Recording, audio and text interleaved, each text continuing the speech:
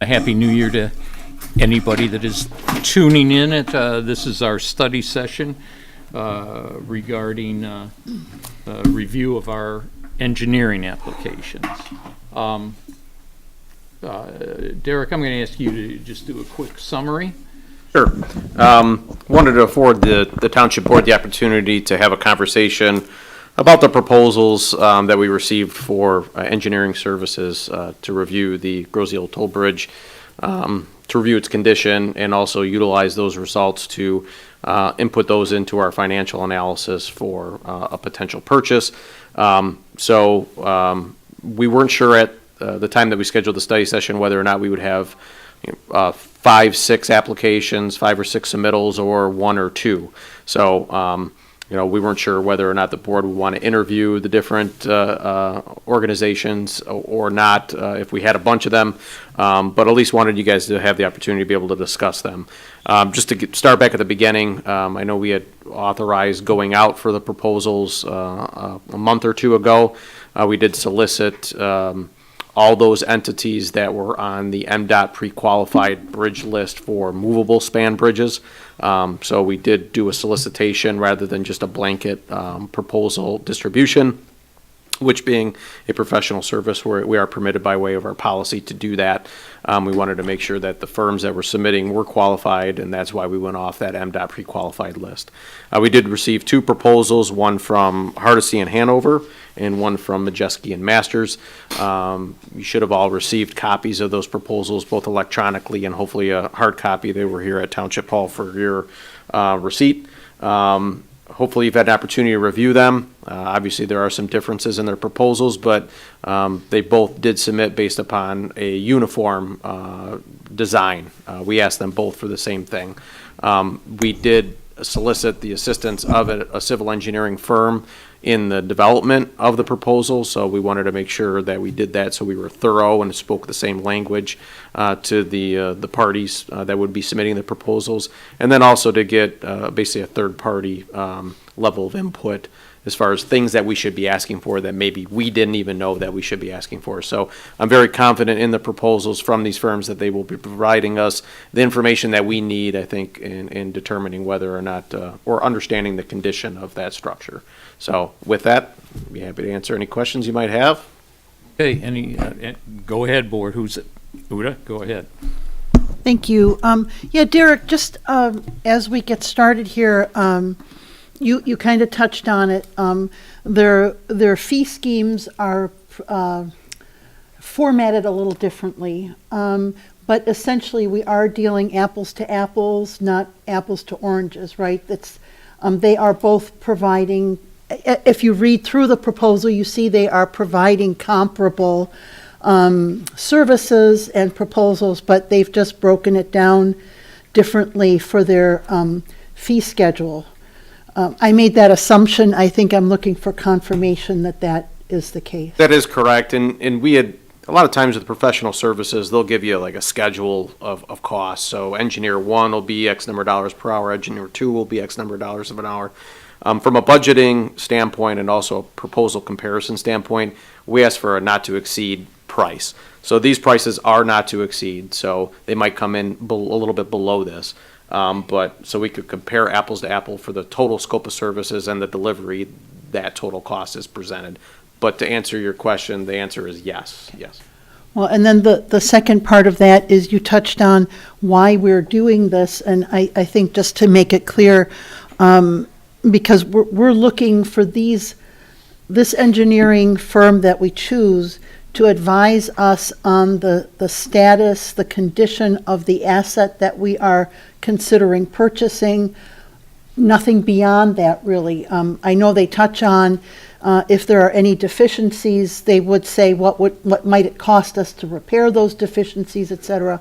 But their sole purpose here is to advise on the condition of the asset not on finances, how we might pay for this, et cetera. Correct. It's strictly. Correct. Yep. It's strictly on the bridge and. I would equate it to a pre-sale home inspection that you're doing, right? You want to understand the condition and then also understand what the potential repairs might be and the potential cost. That information will then be inputted into our financial analysis through our third-party entity that we've hired to do our financial review. Along that line, other questions that we want, and H&H touched on it and theirs about the potential of upping the load. What is the load, number one? What is the actual load that it can take? Yeah. And also, can it be increased past that? And what would it, what would you have to do that? But those are, it's more than just, it is for us, more than just looking at it for just buying it. It's also What can looking we down the road. expect from it? What might we want to do for it? We know it'll take cars, Right. but I think we would want to look at it as doing more than that, especially in an emergency situation. So those questions have to be answered too. And those equations are pretty complicated as they kind of touch on it. Well, and I just have one last thing. Both companies are offering to subcontract with the same two subcontractors, which in my household raised the question, why not go direct to those two subcontractors? And I believe the proposal speaks to them acting as the project manager and pulling these other teams in as support. As needed, because I think the firms themselves will be doing some of it, and where necessary or where appropriate, bring in either, Great Lakes or Fishback. And just as a point of information, we have two firms here. H&H has worked on both bridges. M&M is familiar with them, so we do have people that are familiar already with assets that we're asking them to look at. To answer your question, Uta, I think, first of all, neither of those two contractors, those engineering firms, are MDOT pre-qualified for movable spans. They're more specialists. Fishback does a lot of different things, but they do specialize in load rating. And then Great Lakes, they do a lot of underwater work that they're pretty much the go-to entity. So the scope of what we've asked for and how they complete that work and how it's incorporated into the overall package that we'll receive, I think it's probably better off having a prime that has that MDOT pre-qualification and then subs with these individual firms to get that work done. So, because the township doesn't possess the capacity nor the expertise to ensure that the work that these individual firms are completing is done in a way that, we would need to have it done. Anyone else? Questions? No, I think, there was. They're both very good. And there's a measurable difference between the fees, but I think part of that, I'm assuming, is, M&M just finished doing, so some of the preliminary work, review, prior materials, et cetera, would account for maybe some of the savings, if you will, from their standpoint. Jim, I do have one question. Yeah, I was just going to say to that, and that's one of the things that is in the balancing is are we the one that hasn't done it? Are they going to be a little? And they wrote a more thorough proposal. Are they going to be more thorough because they haven't looked at it recently versus someone who has and says, "Well, I've already done it, so I can give you that answer." And that's just the things that we're going to have to go through and figure out. Yeah, go ahead, Carl. My question goes to timing on this. Were you done? We have a agenda item tonight to extend the exclusivity agreement, and I believe with 90 days on these projects, it's going to take us close to or beyond that. How wedded is the, Just like Fluid. what that, all that is that's really a guide for us to keep moving. That's why it's there, that's why they wanted that. They don't want to give us, hey, I'll give you a year. No. And then we come back at the end of the year and say we need more time and, we're just getting started. The whole idea of that is to keep us moving, and I find nothing wrong with it. It's good on their part to ask for that. We are obviously moving along. I think where we have to go tonight really is from the board's reading of these. Are they ready to look at vote on an engineer to hire, or do they want to interview? that goes to my second question, whether or not, and I don't mean to be presumptive, you're the chair, but we spent a significant amount of time interviewing the legal counsel that we ultimately picked up. I have questions about both of these. I'd like to know if there's any interest on the board about interviewing these two firms before we reach a decision. Hence my question about timing and how much time we need to put this together. And this whole project is a very, very important project for Grozeal. And I think we do everything we need to do, and if that's hey, you know what, we got to interview, it might take an extra week here or an extra meeting before we can vote, but we got to do our due diligence that makes us comfortable that when we come down to a conclusion of what we're going to do with this, that we're very satisfied that we have done what we're supposed to do and we can make a good decision. So I myself have no problem going with the interviews. But it's going to be what the board wants to do. I think you're absolutely correct. When we look at the amount of money that's involved, we spent, I think, $25,000 for an independent study on the county bridge, and the results there are out there for everybody to look at. We're looking at spending significant more money on this, but I also think it's important that we need to be able to go ahead and have confidence in what we're doing. And I, for one, would be very interested in doing an interview because there's significant differences, I think, between the two. Right. And I don't know if anybody else has any. Yeah. Yeah, I'd be in favor of having the interviews. With a proviso that we need to do it on a relatively quick basis. Oh, well, yeah, we're not, so- again, we are really moving at a good pace, I think, on this. We don't, like, okay, we got to interview a month later, we got to get on that and set those up. Right. We have not taken that approach. We've been moving along all the way through this. We have been moving as quickly as we can. The whole point, not dropping any balls, not leaving anything out just because of time. Right. Now, so if in fact, and it appears that the majority of the board wants to interview, that'll be set up as quickly as possible, and we'll get that done. Jameson, what about you? I saw everybody's head going one way or another on interviews. What's your thought on interviews? Yeah, I'm fine with it. I think interviews are a good idea. It's an important decision. I think it's pretty clear that both firms are highly qualified, so I don't think we're going to discover any kind of derogatory information or anything by interviewing. No. And I agree with that. I mean, they are both qualified companies, but there are some differences, and I like an explanation.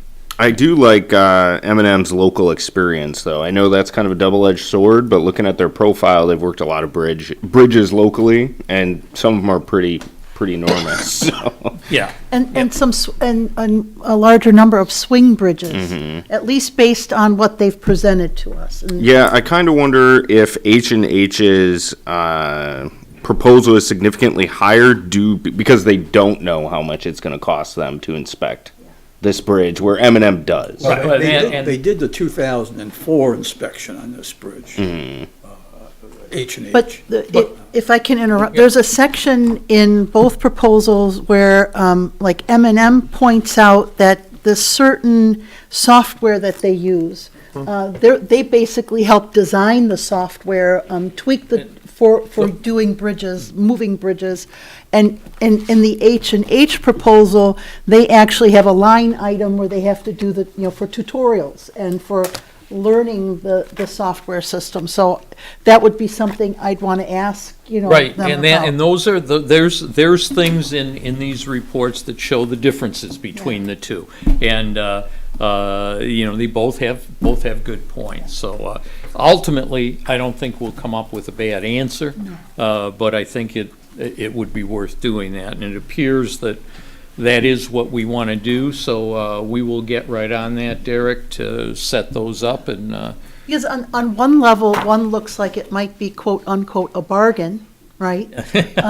And so it would be great to go with the lower Right. cost if it provided what we needed.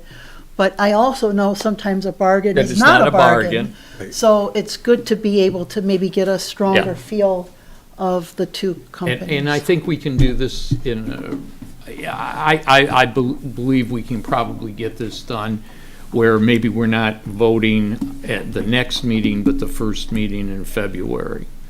Yeah, we can discuss the schedule. Yeah, I don't know and we can whether. we'll get it together as quickly as possible, and it won't, and obviously it's not gonna be it'll be a special meeting just for this purpose, but we'll get it done quick.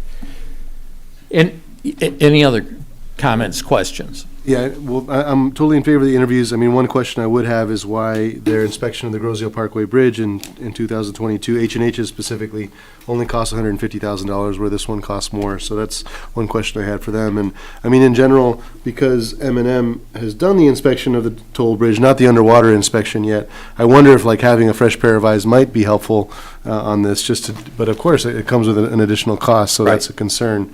And I think that's why the interview is important, because you ask that question and just, your feeling for how they answer it. Mm-hmm, exactly. The one other question I had is just a general one around budget. I know for the financial firm we hired, we made room in the budget for it. How would we budget for this one specifically? So I think we had budgeted $125,000 for the financial review. I think our proposal for that was right around $50,000, so we've got some capacity there.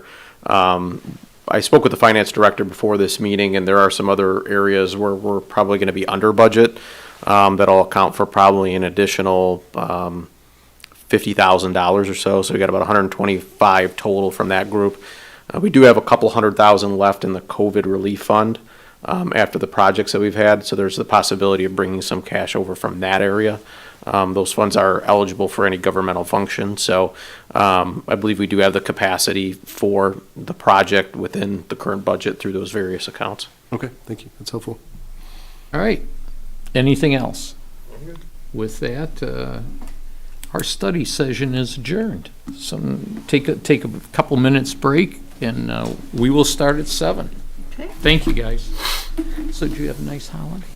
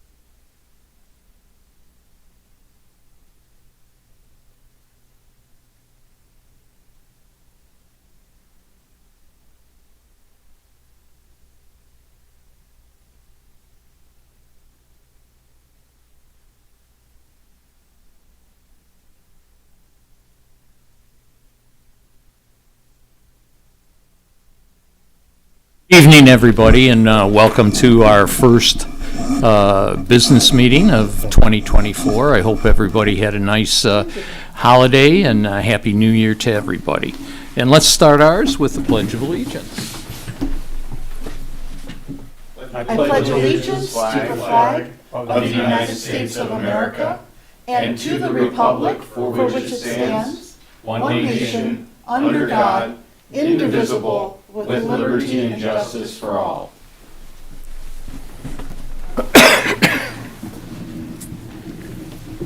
All right.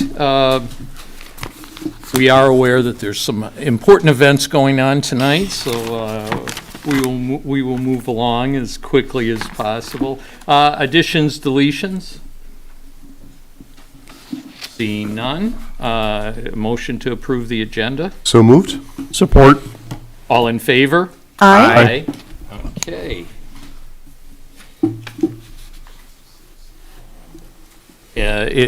For those tuning in, you will notice there's only 6 of us.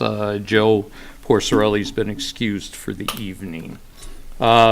We have no presentations. Public comment on agenda items. Mr. Flavin, good evening. Happy New Year. Good evening and Happy New Year to you too, and to the board. Thank you.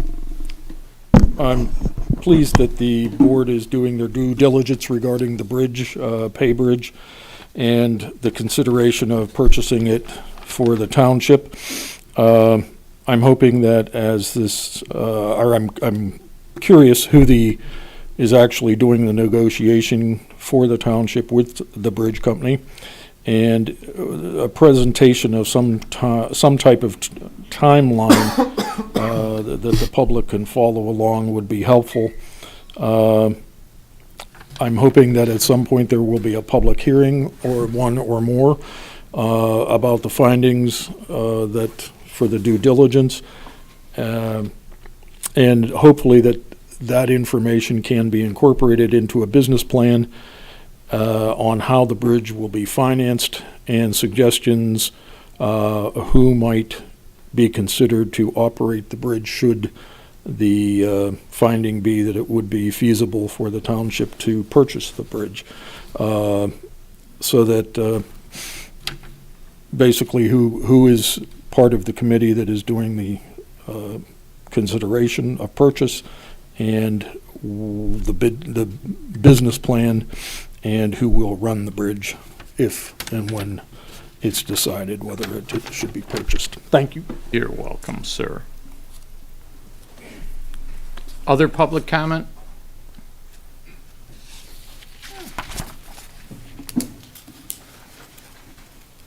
Good evening. Good Ray evening. Geist, Delmar Drive.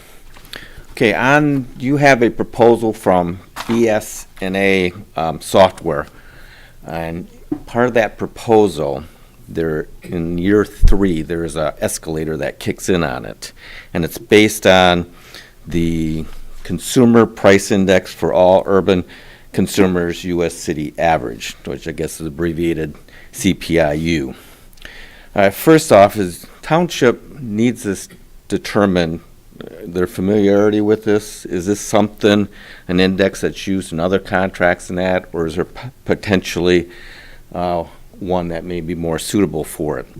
Also, you need to take a look at their number of sub-indices, and there's adjusted, unadjusted, and so this probably should be looked at with the vendor as to what might work best. Also, these are updated monthly, and what concerns me is it doesn't establish what the base index is going to be in which these annual increases are going to be based upon. So I would suggest that determine the month and the year that's going to be your basis index. And part of the reason I say that is through a brief example. Say in the first year there's a 3% increase in the index, second year is another 3%, so over 2 years you have a 6% increase which will be applied to that. But the way this is worded and could be interpreted, that 3% gets applied the first year, and the second year 3% is applied on top of the 3% from the first year. So effectively, it's a 6.1% increase. And of course, this will end up compounding as it goes into the future. So it might be best to establish a basis so that you're not getting into that area where you're paying interest upon interest in that regard. And that's all I have. Thank you for your time. Thank you. Possibly when that action item comes up, we can touch on that. All right, other comments on the agenda? Seeing none, we will move to our consent agenda. David? Thank you. I'd like to make a motion to approve consent agenda 23-093, which consists of minutes of the December 11th, 2023 regular meeting, minutes of the December 18th, 2023 special meeting, check registers dated through December 29th, 2023, and SAFEbuilt contract renewal. Support? Support. Thank you. Any questions on the consent agenda? See none. We have a motion to approve consent agenda 23-093, consisting of the minutes of the December 11th, 2023 regular meeting, minutes of the December 18th, 2023 special meeting, the check register dated through December 29th, 2023, and renewal of the SAFEbuilt contract renewal. All in favor? Aye. Opposed? The consent agenda passes. And I'm just gonna take a step back. Quick question, Brian. I assume there were no public comments on the agenda. Thank you. Action items. Let's get this over here. Our first action item is an extension of our exclusivity agreement with the Groseal Bridge Company regarding our working with them to see if we are going to possibly purchase the toll bridge. So we have a motion that the Groseal Township Board hereby approves and authorizes the Township Supervisor to execute the attached extension to the exclusivity agreement dated July of 2023. Or Do we need to read this out loud, or? We don't, but I do want to make the extension is good. What is, let's see, Oh, we was got it good wrong. through October, and now we are moving it to March of 2024. And again, the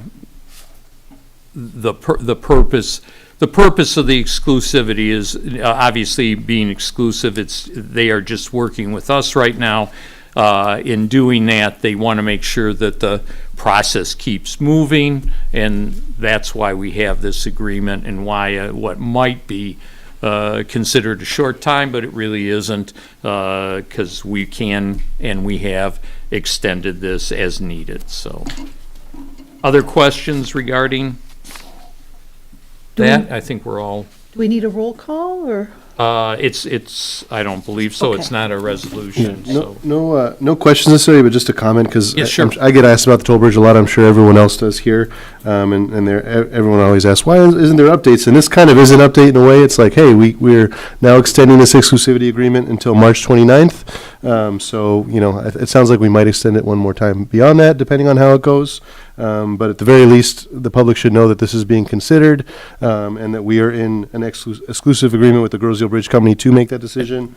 And further, I'll say, like, I will support, and I feel like I've heard support from the board for a public hearing before we make a decision on this. So, We'll talk about that. I was going to talk about that in my comments. This is an exclusivity agreement. We also have a confidentiality agreement That's why we can't disclose at this time what's going on in those negotiations. At the point that we get through with this, and we're going to actually, I mean, we'll make our decision, and assuming we decide, hey, we're going to go forward with this, we will have the public meeting and lay out where our plans are, how we plan to finance it, all those things. And quite frankly, everything you asked for, Kevin, is the plan for that public meeting to give you all that information. So I don't want the exclusivity. Exclusivity just simply means we're the only two parties working on this. We also have that confidentiality, which limits what we can tell you about what's going on. So don't get them mixed up. But other comments on this? Hearing none, we have a motion that the Groseal Township Board hereby approves and authorizes the Township Supervisor to execute the attached extension to the exclusivity agreement dated July of 2023. All in favor? Aye. Opposed? We will do that and keep working on this. All right. Next, we have a motion that the Groseal Township Board hereby approve various amendments to the Groseal Township Managerial Handbook. Or, Thank you. And I'm just, Derek, I'm just going to turn this over to you. And Sure. We went over the vast majority of these changes, I believe, a couple of meetings ago. Included in your packet was a summary of the changes that are being proposed. We had tabled the agreement at our last meeting, or a couple of meetings ago, to make sure that legal has the opportunity to review the document in its entirety. There were only two changes that were proposed by legal. One was a modification to the minor employment regulations. There is a copy of the final draft at your spot, at your spot there at the Township Board dais. And then the other one was a modification to the vacation allotment payback requirements.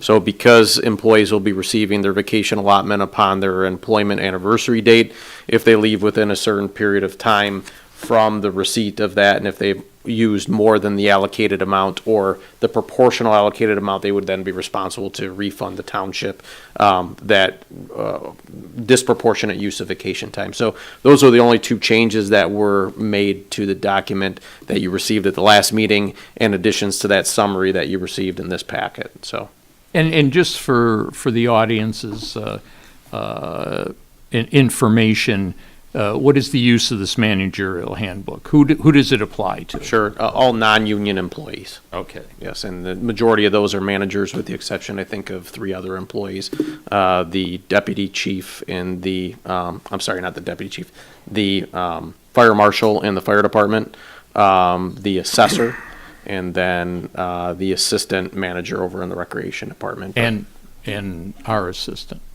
Yeah, I'm calling her the assessor. But yes, Okay. Yes. Okay. and the police department, confidential, Ruth. You're correct. Yes, that is the other one. My apologies Yeah, for. most of them are the managers. Yeah, I think there's only three non-union, non-manager employees. Okay. Very good. Questions, comments? Seeing none, the motion is the Groseal Township Board hereby approves various amendments to the Groseal Township Managerial Handbook. All in favor? Aye. Aye. Opposed? Very good. And the next one is for the police department. Joe isn't here, so I will put forth the motion. The motion is that the Groseal Police Department is requesting the Township Board approve to purchase and implement Axon as our in-car and officer body-worn camera vendor. The 5-year contract will cost a total of $167,000. $44.36. Support. Thank you. And now I'm going to ask Chief Carmack. It's been a long vacation. Chief Carmack to come. Chief Doug. Yeah, Chief Doug, can you come forward and give us a little summary on this? It's basically bringing our equipment up to date. Just write him a ticket, Doug, and he'll remember you. Yeah. No comment. So we have these in-car cameras already in use in our patrol cars by a different vendor, and they were implemented years ago. We've gone through a couple of different generations of those cars, of those in-car camera systems. They've become out of date, and a lot of them aren't working.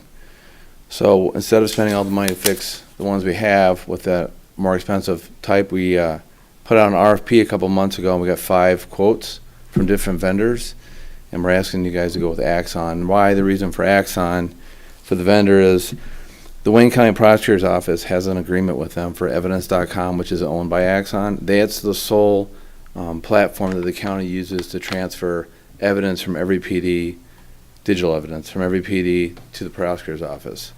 It's owned by Axon. That's who we're looking to go with. Our tasers that we carry are Axon. And then you guys approved, I think it was one or two board meetings ago for Flock, the LPR system. They have an agreement with Axon. So it's kind of and Axon, when we gave our RFP, some vendors put in 8-page, proposal. Axon did 112 or 119 pages, and they went through every single item we had and said we could either meet your needs or we exceed them. I think there was one that they couldn't meet that we did a video conference with them, and that was remedied. So when you look at the price they gave us 2 options. One was the 4th lowest, and one was the lowest. Option 1 is the one that we're asking you guys to go with, which is higher than the last one, but they're not as, Axon's the vendor we would like to go with. And the difference is minor over a long period of time. I think it's $1,700 a year is what the difference comes out to be. It'll be paid for at a forfeiture, and we have a grant for $34,000 of it, so. Yeah, it seems. At the They're end very- of the, sorry, I didn't mean No, to cut you that's off, okay. Joe. Go ahead. At the end of the 5-year lease, do we own any of this equipment, or are we just leasing it? We're leasing the equipment, we own the collected data or the evidence. Okay. That's ours, we own that. And then you can go into another 5-year or go to a different vendor or whatever route you want to go. Yeah, so this gives us the ability to also have the latest, and as we know with electronics, things are always changing.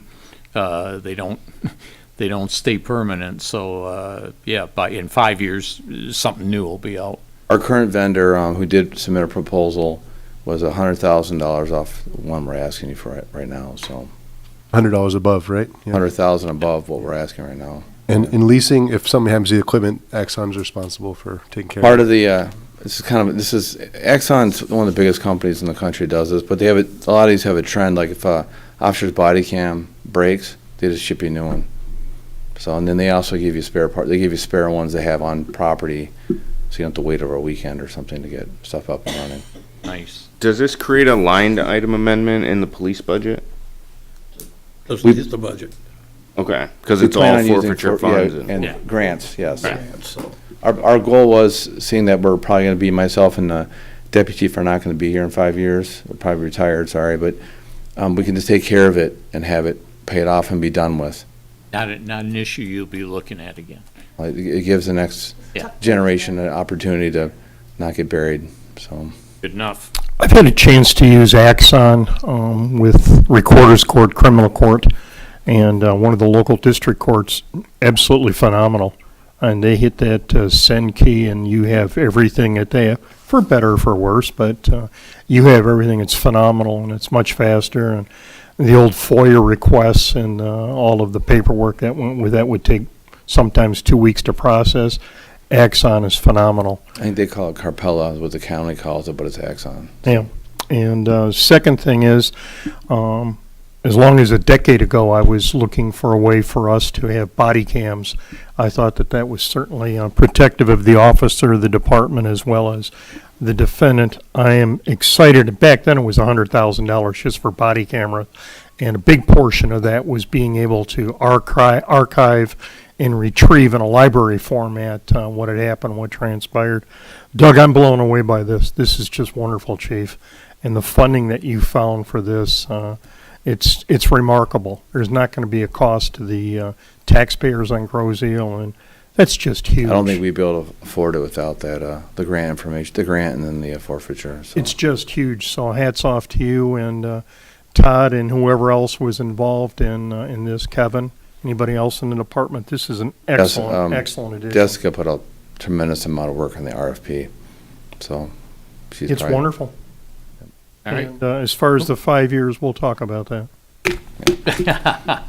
Thank you, Chief. Thank you. Anything else for the chief? No. All right. Good job. Thank you, Chief Carmack. So we have a motion, the Groseal Police Department requesting Township Board approval to purchase and implement Axon as our in-car and officer body worn camera vendor. This 5-year contract will cost a total of $167,044.36. All in favor? Aye. Opposed? We have new cameras. David?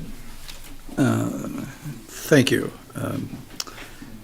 Based upon a recommendation from the Groseal Department of Public Services Commission and the Groseal Commerce Park Commission, the Groseal Township Board hereby approves a lease between the Groseal Municipal Airport and the Groseal Department of Public Services. Thank you. Do you know this offhand, Derek? You want me to muddle through it? I can help out if you want. Well, Derek, please. basically, back in 1998, there was a lease put into effect between the airport and the Department of Public Services for their offices down on Grove Road. It was never executed. It was put into effect and followed. It's a no-cost lease. And it was discovered because FAA, periodically, they'll review contracts between the airport and whoever the airport has contracts with regard to airport property. And it was discovered that this was not executed, still valid and still in effect and still being followed. But we need to have it executed in order to be valid and supply that back to FAA. Anything else? Just that when the airport was deeded over to the township, there were certain provisions that required the township to comply with FAA regulations. Those FAA regulations require that anytime that the airport allows somebody to utilize property, no matter if it's internally through another department or externally through a private business, that it receive fair market value and also have a lease that regulates that arrangement. As the treasurer had mentioned, that agreement for the space, which is the airport maintenance garage and the DPW maintenance facility down on Grow, it did have a agreement, but it was never executed. So, as the treasurer had mentioned, when that audit occurred, it was found that that agreement wasn't executed and needs approval from the board to allow for its execution. And so the agreement itself, nothing has been added, or it's the same agreement back? Correct. Okay. And just so everybody understands, there is a market rate that's established for the parcel of property. The DPS department can either pay a rental fee for that to the airport, or it can also exchange some sort of services or goods and services to the airport. What happened back in 1997 or 1998 is the DPS department actually built the maintenance garage down there, and the value of that has been, the value of the portion of that building that the airport uses has been treated as a credit against that rent charge. And that credit basically extends from the value of that extends out through, I think, 2036. 2036. Yeah. So no rent would be due from the DPS department to the airport until the expiration of those credits. Very good. Any other questions or comments? Does Township Hall require a lease too, or is that? Yes, so there are a variety of other buildings that are utilized by the township, this being one of them, that was airport property. So this building has also been identified as one that needs a lease arrangement. So the airport will be working with the township regarding this facility. And it would be a similar type arrangement. This building, there was a substantial amount of investment that was made by the township into this facility to make it usable. So that'll be a similar type arrangement. Gotcha. And that will be coming before the board, I would assume here fairly shortly, because the FAA would like to see these issues resolved. Gotcha. Thank you. Good. Anything else?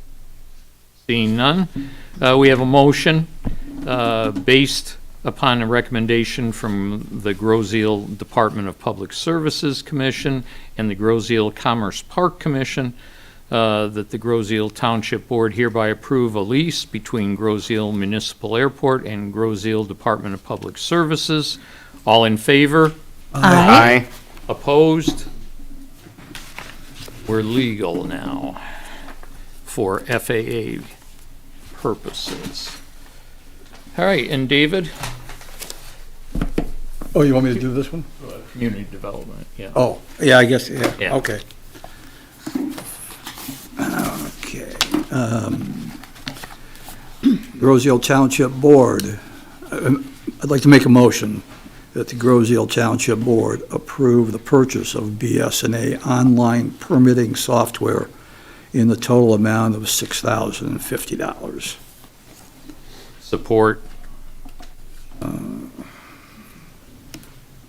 The purpose of this is, BS&A is a software that's used by all the other departments, finance, treasurer's office, taxes, et cetera.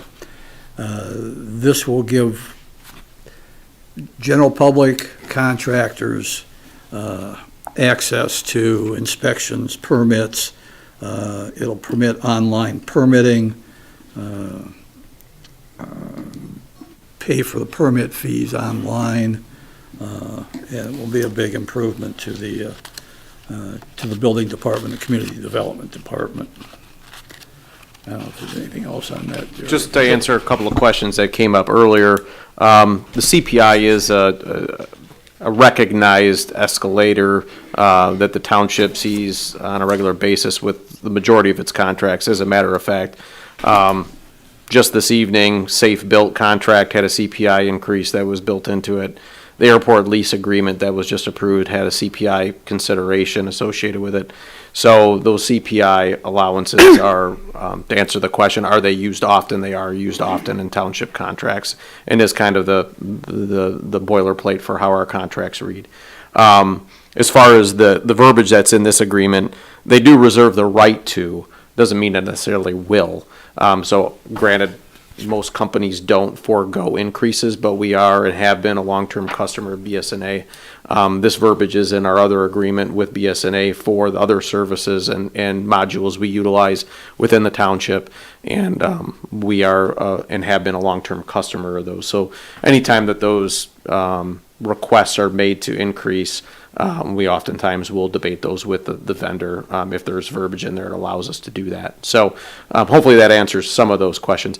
Generally, the CPI is a compounding. So if you have a 3% increase in 1 year, the next year will be 3% of that amount with that increase that's built into it. So if it's 1,030, it'll become 3% on 1,030 in the following year versus 1,000 in the first year. And that is the normal way that it works. I think we also have that same thing in our agreement with the people that run our wastewater treatment. Yep, plant. and I think we actually, this past year was a CPI, we had actually ended up bargaining that down to a lesser than CPI rate. And that's generally the Detroit CPI, and it's usually on the annual basis, as this is mentioned here. Yeah. So, Yeah, so it is a normal thing that you see. It's not something. and this software is all about efficiency, and it's all about customer service. It'll make the department more efficient and also offer the contractors and also the residents the opportunity to do a lot of their stuff online versus more of a archaic method that we're currently using, which is mostly paper and pen. So, Don't I'm say sorry, that's- not Don't say archaic. that's I'm not- archaic, please, please. There are newer ways to do it, yes. Yes, it gives them more flexibility, absolutely. Other questions or comments? I've had an opportunity to use BS and A with a number of other communities, from as far north as St. Clair Shores to as far west as Inkster and points south. It is the standard that all the communities are using. Absolutely. This is not something new, I think, to go to Mr. Geist's point a little bit there, is that this is something that is very user-friendly. Once you've done it, the second time through is very easy, and you can do a search without having to wait on the phone, without having to go in person. You just a couple of keystrokes, and you're on the internet, and you're hooked in, and you end up paying a small fee, but it's very, very, very user-friendly. I think it's a great idea. Yeah, and as you pointed out, I believe every community uses BSNA, so. All right, anything else? Seeing nothing, we have a motion. The Groseal Township Board hereby approves the purchase of BSNA online permitting software in a total amount of $6,050. All in favor? Aye. Opposed? And that passes. Thank you very much. And that brings us to the end of our action items. Next, public comment. 3 minutes, everybody knows the drill. There's not that many here, but Mr. Flavin, if you will.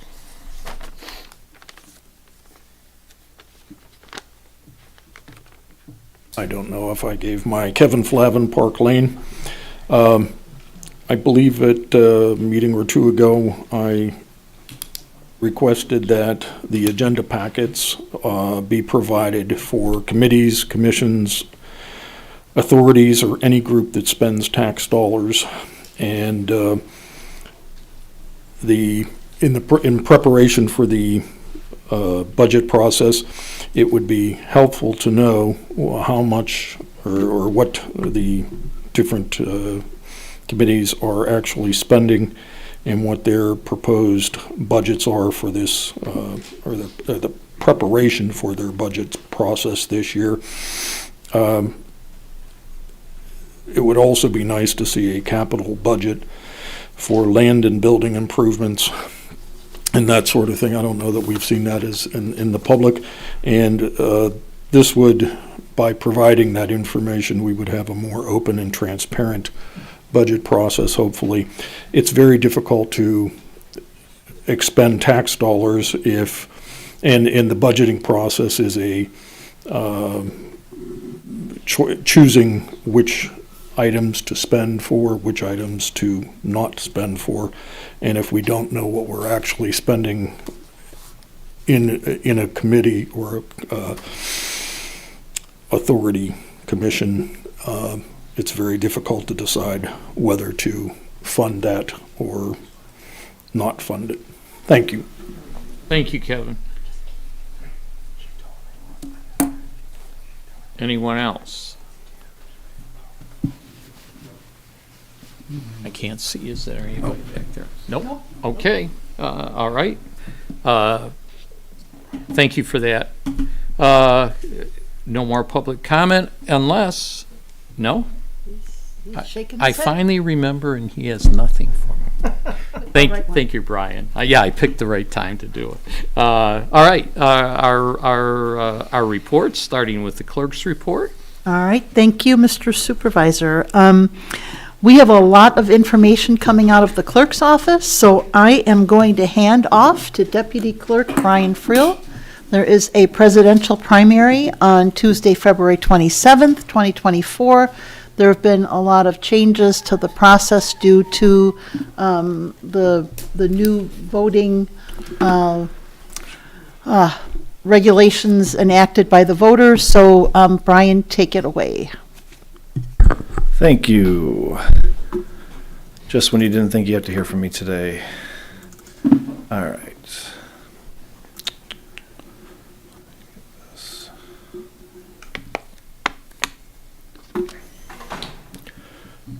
All right. Yeah, lots of changes in elections. I'm going to touch on a bunch tonight. I'll touch on early voting tonight, but I'll really give more of a in-depth on the 22nd. I think there is a football game I would like to watch also.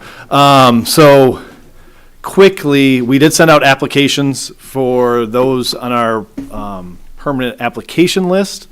Those went out just before the new year. Actually, I should say, yeah, just before the new year. And we are getting them back, but there's been many that are not being filled out properly, so I just want to go over. You do need to check which type of election you would like to get a ballot in for the year, and you do absolutely have to check which type of ballot you would like to receive for this election for February. And I'll go over the presidential primary and the rules and why we do this, but I know there was a little bit of confusion on, well, if I pick one of the party ballots, I don't get the millage language on there, and that is false. The millage language is on all three ballots. You just have to pick which one you want, or you can pick a ballot that just has millage language on it and nothing else, if you don't want to pick a party. As for the ballot selection form that went out, we're getting these back. People are dating them, signing them, but they're not picking a ballot. So once again, we cannot send you a ballot if we don't know what type of ballot you want. So you have to select a ballot. We are calling people. We're sending them back to people. We're doing the best we can, but you do need to make a selection. Or just pick the ballot that doesn't have a party on it if you're not comfortable making a selection. And let's see here.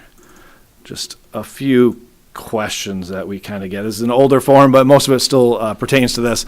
Do you have to be registered as a Republican or a Democrat to participate in the primary? No. There is no political party registration requirement in Michigan election law. Any Michigan registered voter can participate. By law, you must make a ballot selection in writing to get a ballot. All right, that is law. It's not something that we've just come up with for this election. I've been doing elections 23 years, and it's been many years before that this has been in place. Nothing has changed. I know we only have a presidential primary every 4 years, so it's not as familiar as our other election, types. So why do I have to make a ballot selection? Michigan election law guides the conduct of these elections. You have to do it in writing. This presidential primary is a closed election, a closed primary, I should say. Closed primaries, you have to select which type of ballot you want. In a open primary, like our normal August primaries, that's an open primary is where you get one with everything on it and you vote in your column, whatever column it is, which is definitely more secretive because you're not making a choice. No one knows how you voted it. But with a closed primary, you do have to make that choice. Let's see here.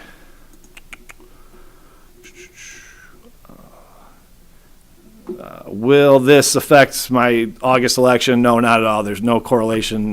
However you vote in this election doesn't mean you're tied to doing it in the next election. In Michigan, you can vote any way you want in every election. There is, like I said, you're not registered as any party, so you can vote any party you would like. Got both of those. Will my ballot selection be made public? Yes. It is a public list once you make a ballot selection, and that is something that can be FOIA'd and given out. Not how you voted, which candidate you voted for. Nobody would have any idea about that in Michigan. It is, you're still a secret ballot, but which ballot you selected is something that is public. Let's see here. On each ballot, Republican and Democrat, there is an uncommitted vote you can make. So basically, if you're selecting an uncommitted vote, you're choosing the party, you're not picking a candidate. So you can still support a party without having a candidate that you want to back. Just so that, I know we get a little confusion on what does that mean, That's basically what that is. Will there be other things on the presidential primary? Yes, obviously, we do have a police millage on ours. That is the only other item on this ballot is the police millage. And that's all I got for that. We did send those forms out. We do have a nice shiny new ballot drop box out front, not out front, in the circle along the side, and see if anything's tampered with, anything happens to that. We do know 24 hours a day what's going on with that box, and that's why we would like you to use that. Brian, what's the third box, the one in the The middle? most The one in the middle is your important drop box for payments. Yeah. So that's, Just the so that people know. cashier's box, that's where you put all your payments for anything you've got. Taxes, water bill, Yeah, taxes, water bill, whatever. whatever. And the inevitable question, if somebody inadvertently puts their ballot or their application in the old clerk's box, Yeah, if you it will come to the clerk's office. Correct. If you put that ballot or an application in either one of the other boxes, the payment box or the community development box, Andrea, our cashier, checks those multiple times a day. She will deliver those over to us. All right.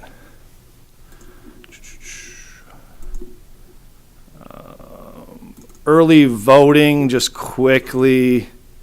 Early voting for Grosse Township. So we have early voting for 9 consecutive days, starting 2 Saturdays before the election. So for the February 27th primary, it will be starting on Saturday, February 27th, and it'll run through Sunday, February 25th. That's 9 straight days, 8 to 4 every day. So you have 2 weekends you can come in and vote, along with your 5 days during the week. I will be manning that all the days, along with an election inspector team. Early voting is pretty much exactly like going to the polls and voting on election day, just in a smaller fashion. That will be, let's see here. You will get a postcard in the mail. Those will go out by the end of the week. That's the front of the postcard. And then on the back of the postcard, we'll explain where early voting is, which is here at Township Hall in the first floor conference room. It explains the 9 consecutive days and the time. So basically, like I said, it's like voting on election day. You come in, you fill out your application, you issued your ballot, you go to a voting booth, you vote your ballot.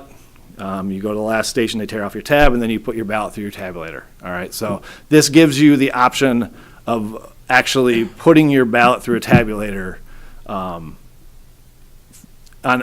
any day except for, you don't only have to do it on election day anymore. You now have 9 days you can do it.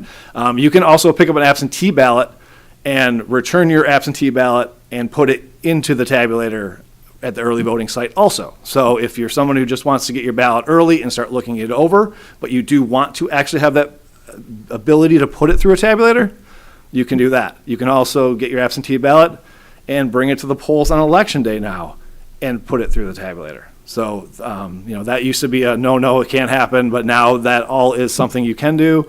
So for those of you who just want to have a little more time to look over a ballot, this obviously ballot isn't very long, but in August and November, when those ballots are often two-sided and you want a little bit more time, that could be an option. All right, and just lastly, all right, we did make some precinct changes. We went from 4 precincts down to 3. I've touched on this before, but I just want to remind everyone. So now it didn't change where you vote. Everyone who already voted at Presbyterian Church still votes at Presbyterian Church. Everyone at St. James still at St. James. Everyone at Centennial Farm is still at Centennial Farm. It's just your numbers have changed. Presbyterian Church used to have 2 precincts, 1 and 2. Now it is just 1 large precinct 1, which then in turn changed the other 2 precincts numbers from 3 to 2 and 4 to 3. You will be getting, and this is a sample, you will be getting an ID card in the mail. Once again, those will go out by the end of this week. There has been a little backup with the printer. So expect that in the mail. Once again, your ID card, you don't need it to vote with. It just tells you where you vote.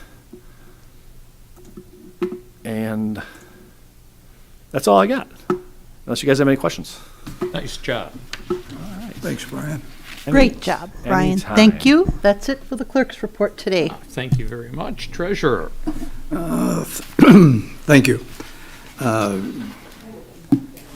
Right.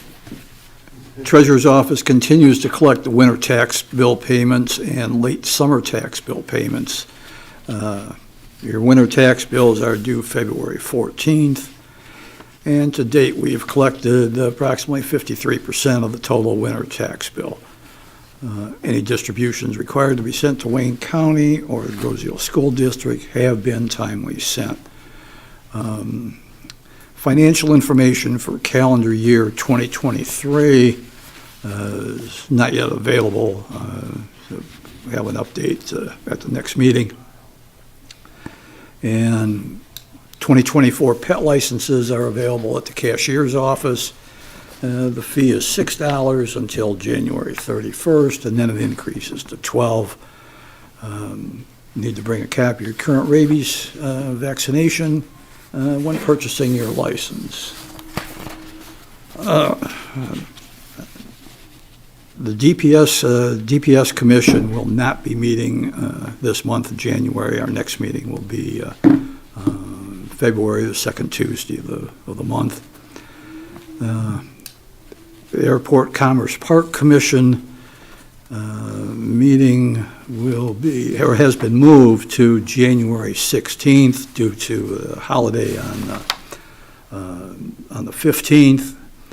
And because that's also the regularly scheduled meeting for the Police Commission, the Airport Commission will be meeting in the first floor conference room. And I have one other item that I'm happy to talk about. For the first time ever, I believe, Grosseal Township has been nominated for General Aviation Airport of the Year. And this is airports that demonstrate excellence in support of a local community or the state of Michigan by demonstrating a significant positive economic impact on the community and or the aviation workforce through investment in infrastructure, human capital, and community relations. Grosseal Municipal Airport was nominated by MDOT. They submitted their recommendation to the Michigan Airport Conference, and their nomination reads, Grosseal Municipal Airport in Grosseal, Michigan is a perfect example of a general aviation airport doing everything it can to maintain and grow its operations. The new spirit behind this growth is airport manager, Miss Janelle McNee. Janelle's spunky, feisty spirit is driving major developments at Grosseal, including their latest improvement, Taxiway A. This $6 million project removed approximately 10,000 cubic yards of old dilapidated concrete and replaced a failing taxiway with a beautiful new HMA surface that will provide safe taxiing for ONZ's pilots for the next 20 years. In addition to that project, Janelle is working hard with the local, state, and federal authorities to create a new space at the airport to allow more people to come and learn about and share the enthusiasm she has for aviation. Under her leadership, we anticipate the airport will continue to thrive for many years to come. So congratulations to Janelle and the Airport Commission for the support that they've given to her. And with a little bit of luck, next month at the awards dinner, we'll be named General Aviation Airport of the Year. And that concludes my report. Thank you, David. And congratulations, Janelle. Nice job. Kyle. Thank you all. Happy New Year. I sit on the Planning Commission, which is set to meet on January 17th. Some important things are set to come up, including a discussion around R1E zoning, which I know I've talked to the board about. There will also be a meeting in February, I believe, around Jewish Fresh Start, which I've seen some commentary about online, so I did want to let people know about that. The main thing I wanted to let folks know about tonight, I just have preliminary information on this now, and I've let the board know, some information has been coming out about BASF and their site in Wyandotte and pollution leaking into the river from there. And as a result of that, folks have been looking into Hennepin Point. As folks know, I follow environmental pollution issues close, in the region very closely. Try to be very careful about, things that I highlight publicly and risks and that sort of thing. But one thing that was brought to my attention that I just want to put out there is, it does appear that there's concern about the best way to put it is caustic residue is the best way to put it. And I've looked into caustic residue in other places, including at McLeod Steel, and I've brought it up, and public health officials have told me it's not necessarily a concern when it gets airborne. It takes a lot for it to be a concern once it's airborne. But that's what people are talking about at Point Hennepin. And so, again, I don't have a lot of information now, but just wanted to bring it to folks' attention. Kevin Flavin was here tonight. That's who I was talking to about it with tonight. He lives right nearby, so I do want to try to start talking to the neighbors there. But anyway, it's something that I'm monitoring and wanted to let people know about, and hope to get more and better information soon on. So I will leave it there for tonight. Thank you. Thank you, Kyle. Jameson. All right, good evening. I sit on the Zoning Board of Appeals, which will meet the 23rd of this month to hear an appeal, and also the Bicycle and Pedestrian Advisory Committee. Given last month was December, there isn't anything significant to report, and I think everybody pretty much saw BPAC's biggest move in the calendar year, which was reaching an agreement about the Bellevue connector. So we're still riding high on the horse from that one, so nothing else to report. All right. Thank you, Jameson. Carl? Evening, Mr. Supervisor and everybody else. I have the pleasure of sitting on two committees. Greenways Open Space, the January 2nd, 2024 meeting has been moved to the fourth week of January, date to be determined and time to be determined. We did not have a meeting in December, and we're looking at some projects there regarding open space and a very generous donation that's being anticipated by a member of the community. I also sit on the Fire Commission, and the Fire Commission has been very busy. 2023, the department has been very busy. In 2023, recruiting was very good. We have 5 new members on the Grosse-Ile Fire Department. That's significant because at the beginning of 2023, the fire department was in a state of peril with regards to its membership, dropping to an all-time low of 16 members, covering 900 calls a year. This is unsustainable, and membership on that has been improved now with the addition of 5 new people. Second item is regarding vehicles. The new fire marshal's vehicle has arrived at the fire department, is replacing a vehicle 15 years old, which has been parked and is no longer in working condition. The new chief's vehicles in assembling is replacing a vehicle that is 12 years old. Both are in a state of poor condition, and this reflects the amount of work we get out of a vehicle and equipment before we replace it. And that is a reflection on the leadership as well as the men and women within the fire department. We're also looking at replacing equipment. The upcoming commission agenda, there's going to be proposed replacement of the aerial or ladder truck as a discussion item, and also as an agenda item to recommend to the board the purchase of a new aerial. The aerial committee has had 3 meetings and has narrowed its specifications. We expect to present that to the board at the next meeting or the first meeting in February. And that concludes my report. Thank you, Mr. Fletcher. Derek? Good evening, members of the board, as well as the general public. Just a couple quick items. First, there was a push notification that went out earlier today concerning the Meridian Road Bridge. That's the latest information that we have. Things are moving well down there towards completion. The only issue that could potentially impact the schedule is the weather conditions.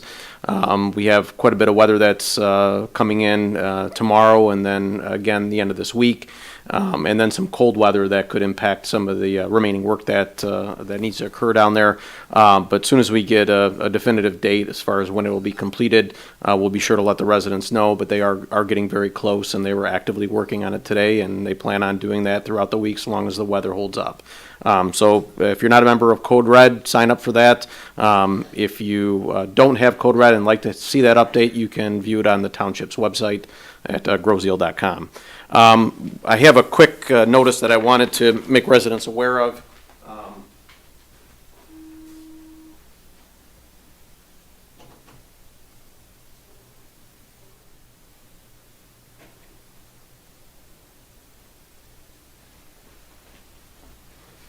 This is also on the Township's website, but DCC is working to host a couple of public hearings with regards to waterfront development.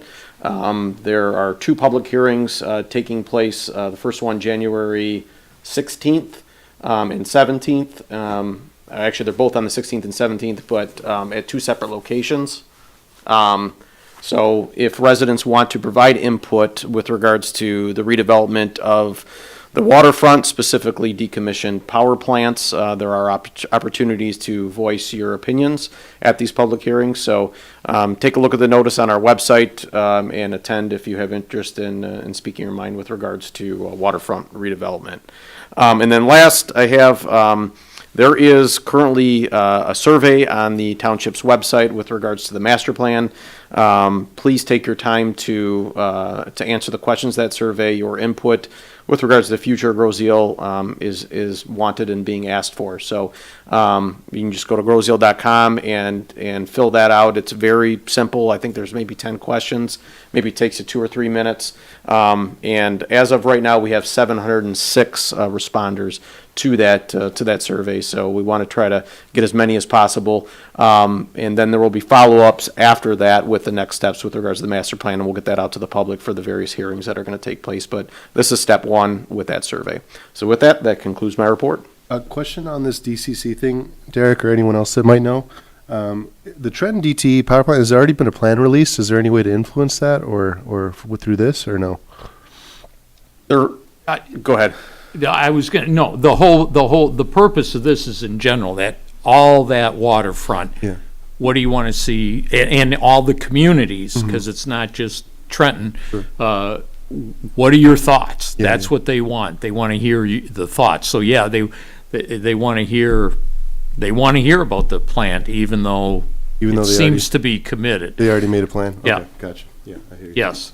I haven't seen it in like official format or anything, but my understanding is it's a done deal. There's a battery plant going in there, but they did negotiate like a waterfront park and trail system there, which actually ties into the head on the other side of the bridge for our trail. So, yeah. I mean, I was just mostly curious. Yeah. I mean, we all know about, if we wanted a new bridge, where that would go. So just curious if that can be influenced at all. But And along those lines, it's my understanding that they are talking to Wayne County about that. the DTE is? DTE is talking about them, because if that new bridge were to start in a different position, it's not a huge slice of land there. We could get that without taking too much. Okay. So. Okay, excellent. Does that answer? Yeah. Okay, very good. You're done. Yeah, I just follow up on that DCC. The 16th, Tuesday, which is a Tuesday, is in E-course. The 17th is in Riverview at their community center. So again, it gives you, the residents, a chance to have your voice heard. Much like on the master plan, I can't emphasize enough that use these opportunities to give us your ideas so that it becomes your master plan, which is what it should be. From my standpoint, I'm on the DDA committee. We have our meeting the fourth Thursday, which is would be January 25th. It's going to be a relatively light meeting, but one thing that will be discussed is future events. So we'll be talking about that. again, I just want to say again, Mr. Flavin had the questions earlier today regarding a public meeting on the purchase of the bridge. That absolutely is planned, and all those things that he talked about, we want to have in there as much as we can, considering the confidentiality agreement, but we will be having public meetings. And with that, I would just say that I don't know if this is widely known. We have the game tonight with Michigan and Washington. Probably over half of Washington's coaching staff comes from Eastern Michigan University. So it's Michigan against Michigan tonight. So with that, I'm torn, being that I went to Eastern. I'm torn as to who to root for, but let's all go home and watch the game. Go blue. Go blue. And with that, I will entertain a, So moved. Motion to adjourn. Aye. all in favor? Aye. Opposed? Thank you.